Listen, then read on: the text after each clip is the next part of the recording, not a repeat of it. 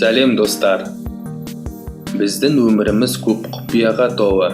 Әр адамның арманы бүкіл әлемді аралап ең қызықты, ең әдемі және ең жұмбақты жерлерді көріп қайту.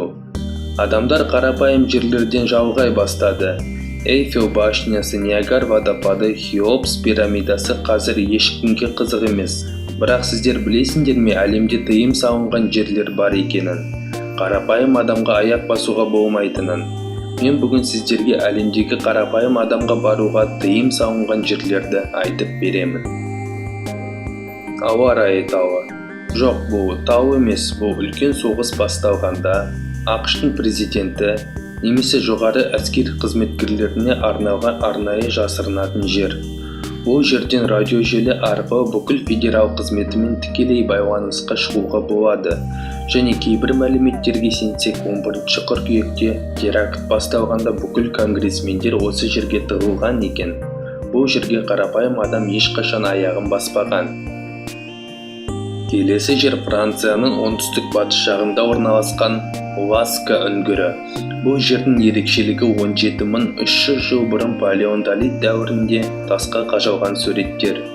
Көбінесе жарда жергілікті жануарлар, бұғы және сиырлардың суреттері қажалып салынған.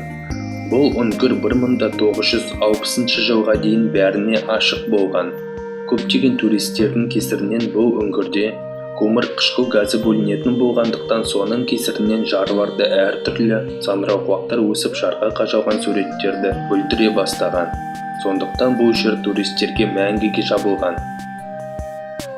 Келесі жер Исландиядағы Сюртсей аралы. Бұл арал вулканның су асты атқылау арқылы пайда болған. Исландияның тұрғындары Сюртсей деп өз жергілікті аңыз кейіпкері оттан жасалған дәу адамның құрметіне атап қойған. Бұл аралға ғалымдар бірден өз назарларын аударған екен. Сондықтан бұл жерді уақытша жапқан.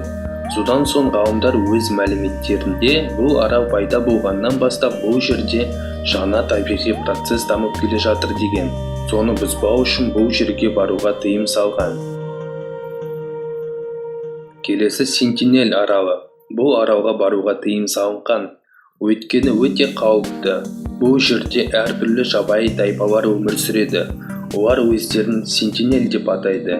Ең соңғы рет олармен келіссөз жүргізу өте сәтті аяқталмады. Өйткені олар өте жабайы. Өзгелерді жақтырмайды, тек өз тайпаларымен жақсы қарым-қатынаста. Ал олардың саны шамамен 400 шақтыдай. Келесі жер Ватикан архиві. Бұл жерде тарихи маңызды деректерлер сақталған. Бұл жерге адамдар тек рұқсат қағаз арқылы кіре алады. Бірақ сонда да бүкіл құжаттар мемлекеттік қауіпсіздік үшін әлі де жабық. Бұнда қазақ хандардың Папа Римскийге жазған хаттары құпия құжаттарда сақталып тұр деген аңыз ел аузында. Келесі тыйым салынған жерлердің бірі 39 бөлме. Солтүстік Кореяның Пхеньян қаласында орналасқан.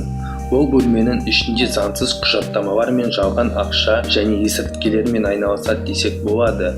Бұл бөлмеге қарапайым адамға кіруге тыйым салынады және 39 бөлме үкіметтікі болып саналады.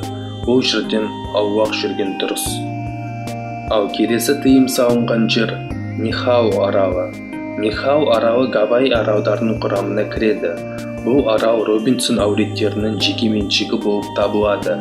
Бұнда тек жергілікті тұрғындар өмір сүруге құқықты, және бұнда ресторан, электроэнергия жоқ, және аралда тек бір мектеп бар, ол да электроэнергиясыз. Нихау аралына бүкіл адамдарға аяқ басуға тыйым салынған. Неге екені түсініксіз.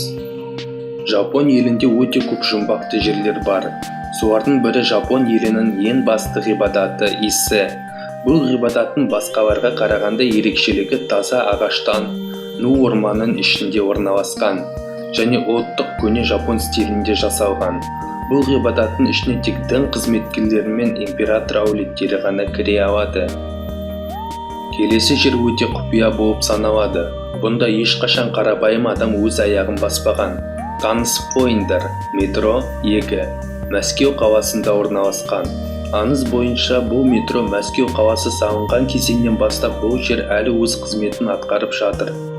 Бұл жер соншалықты құпия, бұл метро жайлы ақпаратты бірнеше жыл бойы әртүрлі адамдар құпия хаттама және құпия телефондар арқылы ақпарат жинаған. Азаматтық қорғаныс штабының бастығының интервьюсына сенсек, метро 2-де үлкен соғыс басталған кезде қаланың қорғаныс қызметін атқаратын жоғары қызметкерлердің штабы болып табылады. Келесі әлемдегі ең қауіпті жер Жылан аралы. Бұл тұсақ Бразилияның құрамына кіреді. Аралдың аты Кеймада Гранди. Бұл жаққа сізге баруға ешкім тыйым салмайды, бірақ бұнда өз еркімен барған адам әлі болған емес. Ақпаратқа сенсек, әр квадрат метріне мұнда 5 жылан келеді. Бұл арал толық жыландардан тұрады. Бұл жер әлемдегі ең жабық жерлердің бірі болып табылады. Бұл жер нағыз тозақтың өзі. Өздеріңіз көргендей біздің ғаламшарымыз көп құпияға толы. Ал мен өз бейнеролигімді аяқтаймын. Бұл бейнеролик ұнаса өтінемін, лайк басыңыз, достармен бөлісіңіз және менің арнама тіркеліңдер. Сіздерге рахмет, көріскенше.